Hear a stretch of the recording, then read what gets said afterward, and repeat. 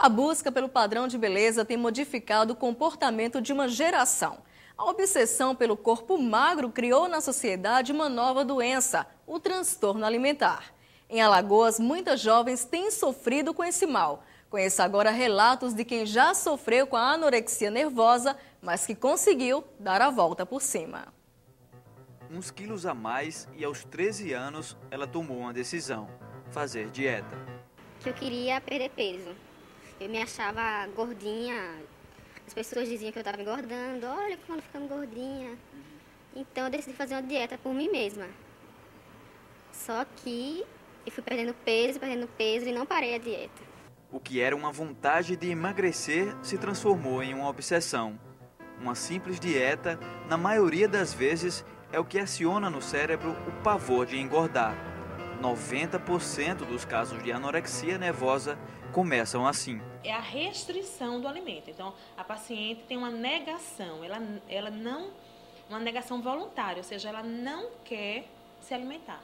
Mesmo que ela tenha fome, que ela sente fome, mas ela não quer alimentar. Por quê? Porque ela tem um distúrbio de percepção corporal. Ela é magra, mas quando ela se olha no espelho, ela se vê gorda. A alimentação, a comida passa a ser o centro da sua vida.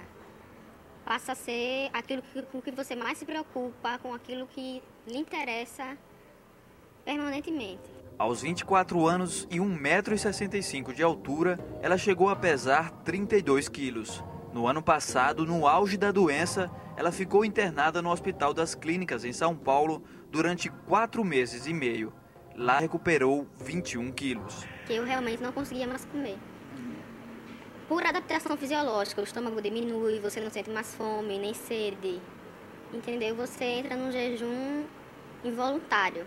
Quando esses pacientes entram em fases agudas da doença, que colocam a vida desses pacientes em risco, então eles precisam ser internados.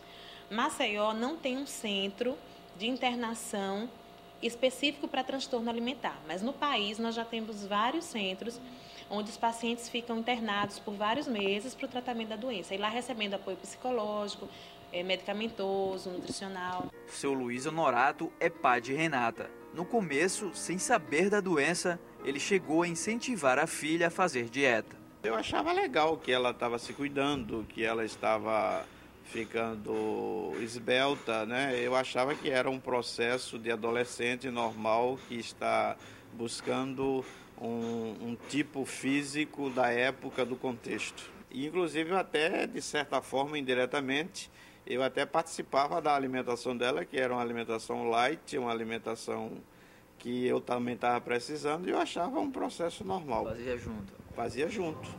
Mas como saber se um adolescente ou jovem tem um transtorno alimentar? O importante mesmo é o alerta das pessoas que estão à volta. Ver quando a pessoa está perdendo peso rapidamente, não está mais interessado em outras tarefas que antigamente se interessava. Se você tem uma filha que percebe que ela ou come muito pouco, e depois você percebe que tem vômito no banheiro, ou que ela está demorando muito no banheiro, ou que na realidade está fazendo exercício físico exagerado, 3, 4, 5 horas, ou usando laxantes, você pode ver que tem alguma coisa errada. Pode ser indicação de um transtorno alimentar. A anorexia nervosa é a doença psiquiátrica com mais risco de morte. E as mulheres são as que mais sofrem com o problema. De cada 10 pacientes, 9 são do sexo feminino. A televisão, a mídia, ela coloca sempre a imagem da beleza relacionada à magreza. E muitas vezes você vê profissionais, por exemplo, propagandas, onde as modelos são extremamente magras ou quase cadavéricas. É esse padrão que a sociedade está impondo às adolescentes hoje. Regina Tenório é psicóloga e proprietária de uma das maiores agências de modelo de Maceió. Em 10 anos de trabalho na área, Regina já consegue perceber se a modelo tem um transtorno alimentar e não exige nenhum tipo de atestado de saúde, assim como algumas agências do Rio de Janeiro e São Paulo têm feito. Eu, sendo psicóloga, eu acredito que é fácil a gente detectar no próprio discurso.